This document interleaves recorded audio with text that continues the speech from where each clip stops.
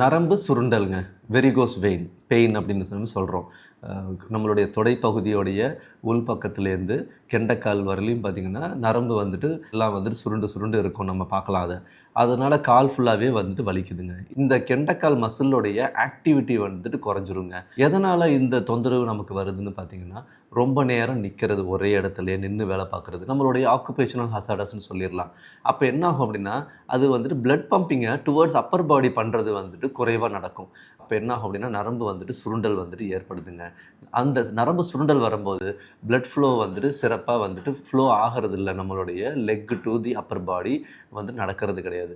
அப்போ அந்த இடத்துல பெயின் நம்ம வந்துட்டு சஃபர் ஆகுறோங்க. இத நம்ம யோகால எப்படி அணுகலாம் அப்படின்னு பார்த்தோம் அப்படின்னா, லையிங் போஸ்சர்ல நம்ம சிங்கிள் லெக் புல்லிங் ஒரு டவலோ இல்ல ரோப்போ வச்சு புல்லிங் பண்ணும்போது, நம்ம இந்த வெரிகோஸ் வெயின் அப்படின்னு சொல்லக்கூடிய அந்த நரம்பு சுருண்டல வந்துட்டு பிரமாதமா வந்துட்டு ஆக்டிவேட் பண்ணலாங்க. ஸோ இது இருக்கிற வலிய குறைக்கிறதுக்கு உண்டான ஒரு வேலைங்க. இனி வராம இருக்கிறதுக்கு ரொம்ப சிம்பிளான ஒரு ஒர்க்குன்னு எடுத்துக்கிட்டோம் அப்படின்னா, வாக்கிங் பண்ணுறது த பெஸ்ட் ப்ராக்டிஸுங்க. நல்லா வாக் பண்ணும்போது கெண்டைக்கால் வந்துட்டு நல்லா ஆக்டிவேட் ஆகும்.